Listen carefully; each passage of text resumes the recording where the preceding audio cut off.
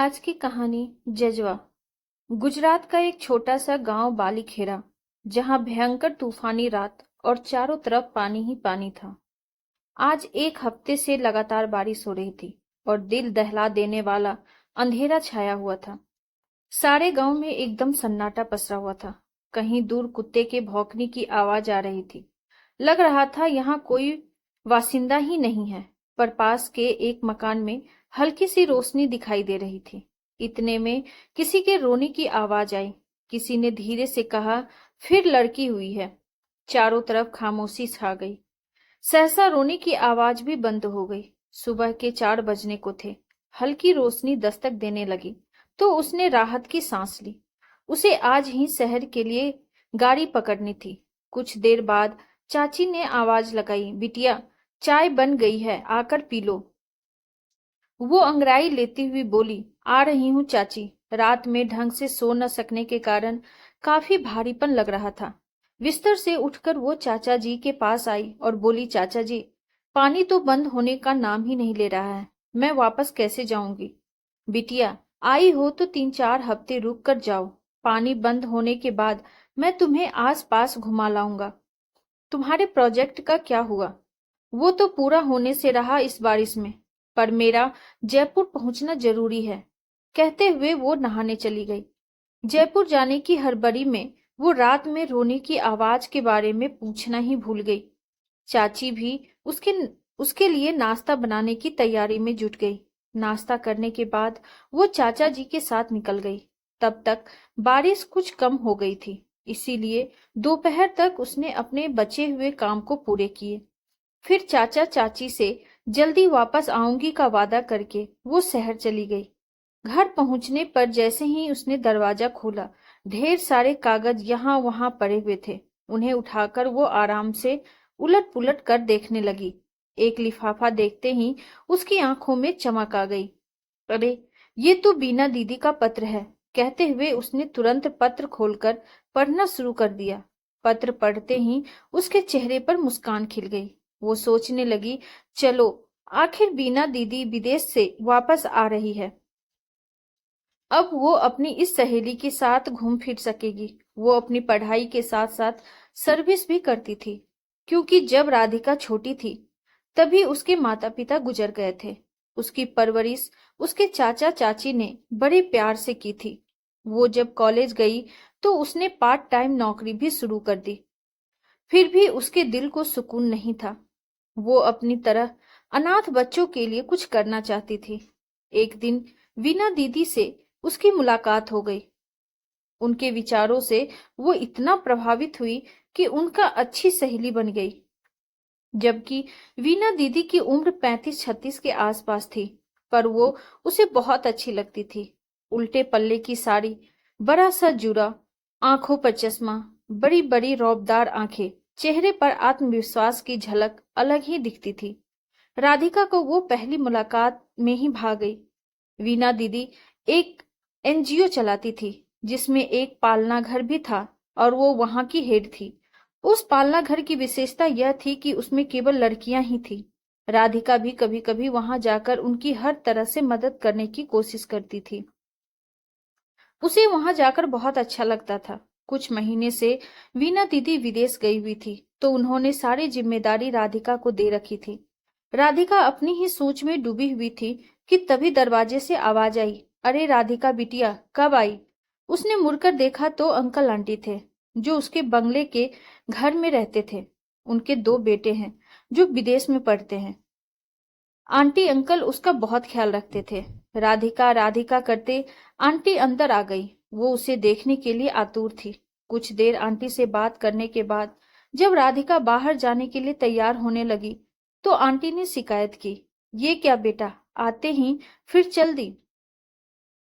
Aunty, मैं पालना घर जा रही हूँ, आज वीना दीदी वापस आ गई हैं। कहते हुए वो दरवाजे की तरफ मुड़ी ही थी कि आंटी ने कहा, बेटा, पालना घर से लौटकर आओ, फिर तुमसे कुछ बात करनी है। राधिका ने एक पल को घुरकर आंटी की तरफ देखा, लेकिन जाने की जल्दी थी, इसीलिए वो बिना कुछ कहे आंटी के साथ ही बाहर निकल गई। ताला बंद करते हुए वो आंटी से बोली, आंटी, शाम को मिलते हैं, फिर आपके हाथ का खाना भी खाऊंगी। आंटी ने हाँ कहते हुए सिर हिलाया और अपने कमरे में चली गई। पालना घर पहुंचते ही बाहर तक बच्चों की आवाज आ रही थी, चल मेरे घोड़े टिक टिक टिक, जिसे सुनते ही राधिका के चेहरे पर मुस्कान बिखर गई। अंदर आते ही सारे बच्चे दीदी दीदी कहते हुए उससे लिपट गए। बच्चे उसे देखकर खुश हो रहे थे। कोई उसे अपनी कार तो कोई अपनी गुड़िया की नई ड्रेस दिखा रहा था। दूर कोने में एक छोटी सी लड़की चुपचाप खड़ी थी। राधिका मुस्कुराते हुए बोली, अरे मेरी मुनिया, अपनी दीदी से बात नहीं करेगी क्या?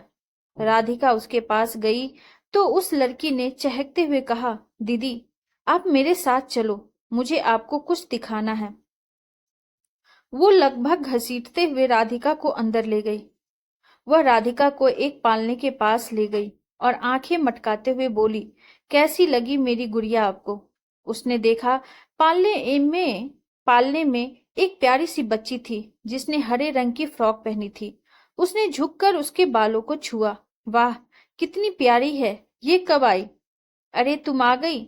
बच्चों का शोर सुनकर बीना दीदी बाहर आ गई तो राधिका को देखकर खुश हो गई। बीना दीदी को देखते ही राधिका उनके गले लग गई। फिर पालने की तरफ देखते हुए बोली, कितनी प्यारी बच्ची है ना? हाँ बहुत प्यारी है, लेकिन ये अन्य बच्चों की तरह नॉर्मल नहीं है।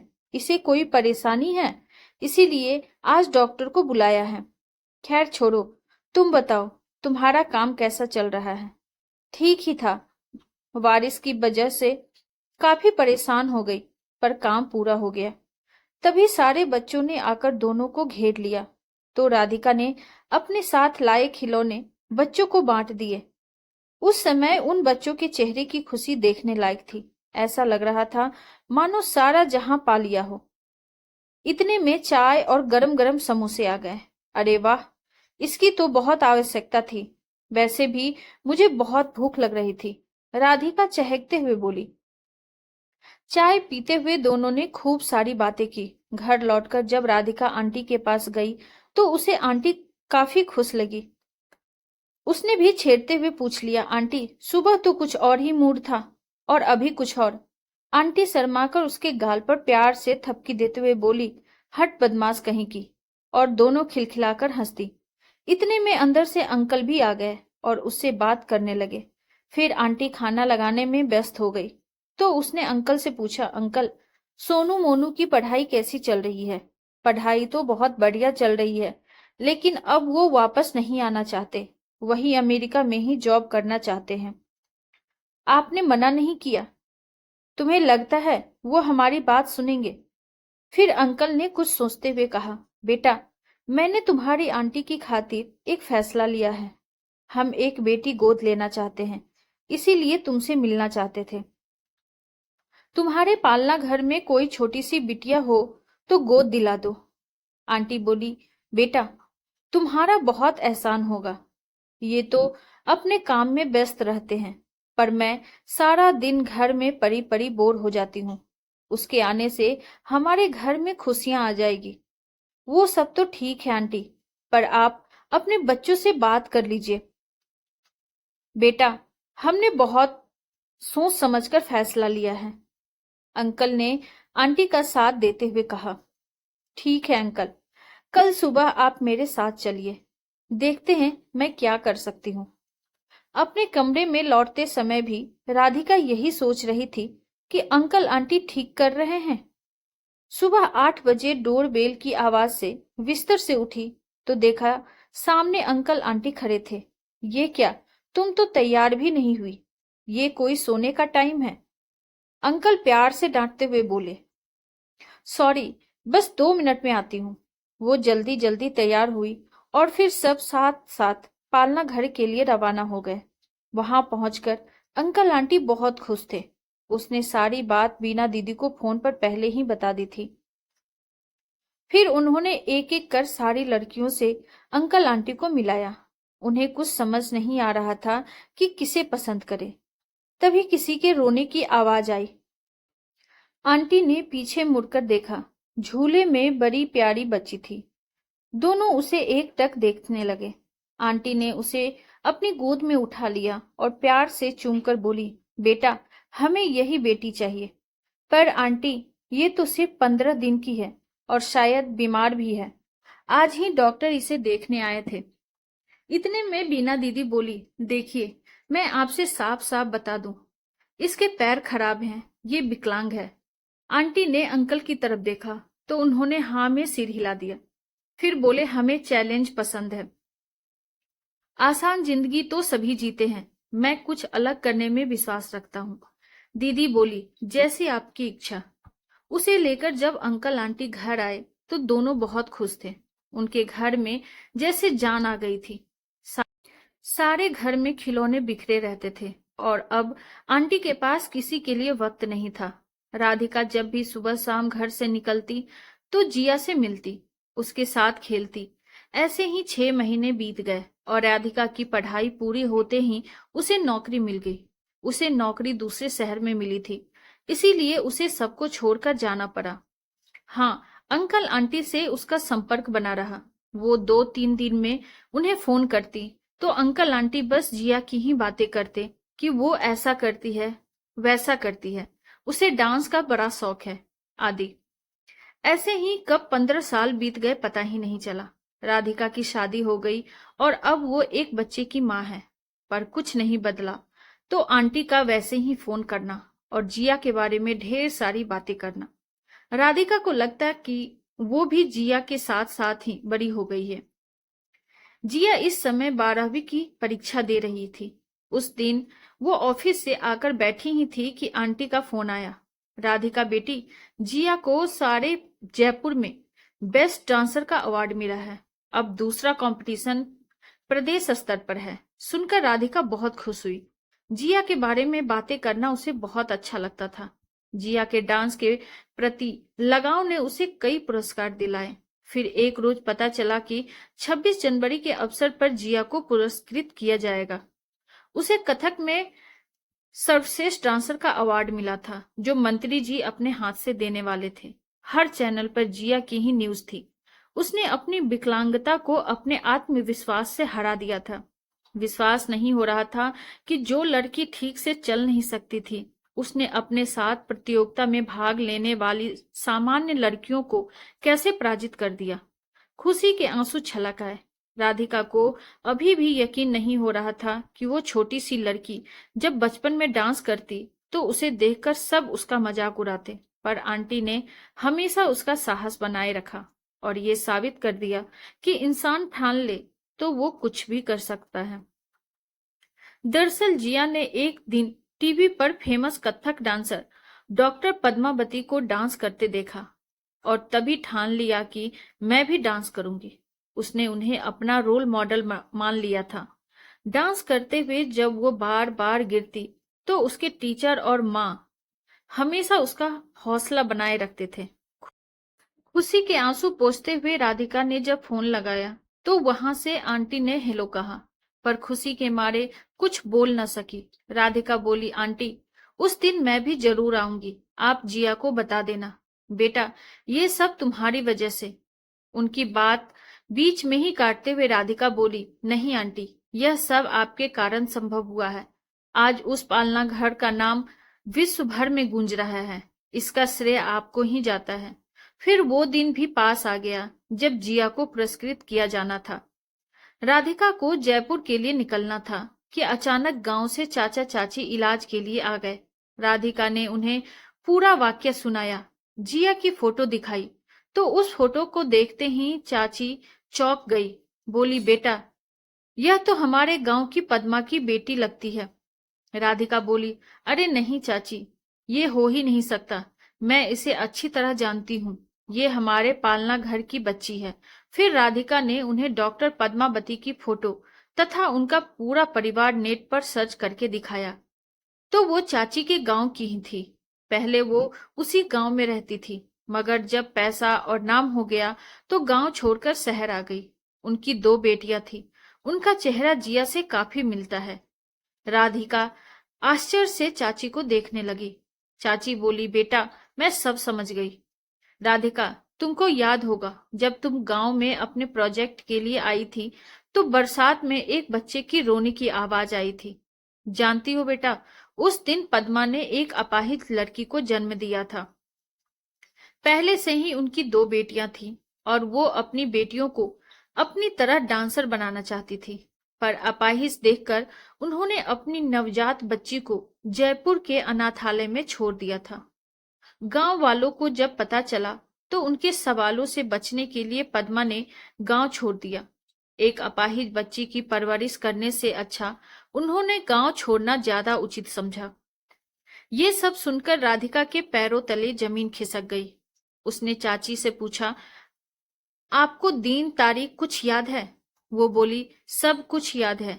ये कोई भूलने वाला वाकया नहीं है। मुझे खुद पद्मा ने बताया था कि बच्चे को कहाँ छोड़कर आई है। मैंने उसे बहुत समझाया भी था, पर वो अपनी बात पर अड़ी रही। भाग्य की विडंबना देखो, जिसे वो अपने डांस की सबसे बड़ी दुश्मन मानती थी कि उसकी परवरिश के लिए सब कुछ छोड़ना पड़ेगा, उसी लड़की ने उसका नाम रोशन किया। बाकी 2 लड़कियां, एक डॉक्टर है और दूसरी अध्यापिका। राधिका बिना पल के झपकाए चाची के चेहरे के भाव पढ़ रही थी। फिर चाची ने पूछा, राधिका बेटा, तुम मुझे उनका नंबर दे सकती हो? राधिका ने तुरंत नेट पर सर्च करके फोन लगाया। फोन पद्मा जी ने ही उठाया। राधिका ने जब चाची का जिक्र किया तो उनका नाम सुनते ही उन्होंने कहा, मेरी बात कराओ। राधिका ने फोन चाची को थमा दिया। चाची करीब 1 घंटा फोन पर बात करती रही। मैंने चाची को जो कुछ बताया वो उन्होंने सब कुछ पद्मा जी को बता दिया। फोन रखने के बाद चाची बोली, बेटा ये उन्हीं की लड़की है। मैंने फौरन बीना दीदी को फोन लगाया और कहा, जिया का रिकॉर्ड चेक कराए। मेरी बेसब्री को भांपते हुए दीदी ने कहा, राधिका रिकॉर्ड चेक करने की कोई जरूरत नहीं है। पद्मा मेरी अच्छी सहेली है, इसीलिए मैंने उसकी मदद की थी। पर मुझे क्या पता था आज यह नौबत आ जाएगी। माँ बेटी आमने सामने होगी। ये आप क्या कह रही हैं दीदी? तुमने शायद आज का अखबार नहीं पढ़ा। जिया ने उन्हें अपना रोल मॉडल माना था, इसीलिए वो उन्हीं के हाथों से ट्रॉफी लेना चाहती है। पद्मा भी इस समारोह में होगी और उसे पता भी नहीं होगा कि वो अपनी ही बेटी को सम्मान दे रही है। ऐसा कुछ नहीं है बीना दीदी, उन्हें पता चल गया है कि वो उनकी बेटी है। उसने चाची और पद्मा की सारी बातें बीना दीदी को बता दी। राधिका की बातें सुनकर बीना दीदी सन्न रह गई। हे भगवान, परसों क्या होने वाला है? राधिका, मुझे बहुत चिंता हो रही है। अब कुछ नहीं हो सकता दीदी, परसों ही पता चलेगा क्या होने वाला है। हाँ, तुम सही कह रही हो। वही होगा जो ईश्वर की मर्जी होगी। अच्छा राधिका, अब फोन रखती हूँ। परसों मिलते हैं, फिर देखते हैं क्या होता है। आखिर वो दिन आ ही गया जिसका सबको इंतजार था। पर जिया इन सब से अनजान अपनी दुनिया में मस्त थी। गांधी हॉल में चारों तरफ चहल पहल थी। चारों तरफ करीने से सजी कुर्सियां रखी थी। चीफ गेस्ट और परिवार के लोगों के बैठने की अलग से व्यवस्था थी। स्टेज फूलों से सजा हुआ था, लेकिन कुछ लोगों की धड़कन तेज हो रही थी। न जाने अब जिंदगी क्या मोड़ लेगी। जिया के माता पिता और भाई सबसे आगे कतार में बैठे थे। ठीक उसके पीछे राधिका, चाची, बीना दीदी बैठी थी। प्रोग्राम शुरू होने वाला था। सारे चीफ गेस्ट आ गए। डॉक्टर पद्मा भी आ गई और चाची की तरफ देखकर हौले से मुस्कुरा दी। प्रोग्राम अपने निश्चित समय से शुरू हो गया था। एक एक विजेताओं के नाम घोषित होते गए। अंत में जिया की बारी आई। जैसे ही जिया स्टेज पर गई, तालियों की गड़गड़ाहट गूंज उठी। जिया को जब अवार्ड मिला तो डॉक्टर पद्मा बोली, आप सबसे मैं एक बात कहना चाहूंगी कि जिया के खून में नृत्य शामिल है। इसे प्रेरणा मुझसे मिली है। ये मेरी ही बेटी है। आज मुझे गर्व हो रहा है इसे अपनी बेटी कहते हुए। मैं अपने किए के लिए माफी मांगती हूँ। और रोते हुए जिया के सामने हाथ जोड़कर पद्मा जी बोली, बेटा मुझे माफ कर दे। क्या अपनी माँ को गले नहीं लगाएगी? जिया शून्य सी खड़ी रही। सारे कैमरे रिपोर्टर उसकी तरफ दौड़ पड़े। जिया ने आंटी को आवाज दी, माँ आप मेरी इस खुशी में मुझे गले नहीं लगाएंगी? आंटी दौड़कर अपनी बेटी जिया के गले लग गई। फिर जिया पद्मा की तरफ घूमकर बोली, मैडम आप मेरी रोल मॉडल हैं। ये मेरी माँ है। जिया अपने माता पिता और दोनों भाइयों के साथ स्टेज से उतरकर बाहर की तरफ चल दी। डॉक्टर पद्मा उसे दूर से देखती रही और वो अपने परिवार के साथ उनकी आंखों से ओझल हो गई। आपको हमारी ये कहानी कैसी लगी कमेंट बॉक्स में जरूर बताइए, और ऐसी ही ढेरों सारी कहानियों के लिए वीडियो को लाइक, शेयर और चैनल पे नए हैं तो सब्सक्राइब करना ना भूलें। Thank you.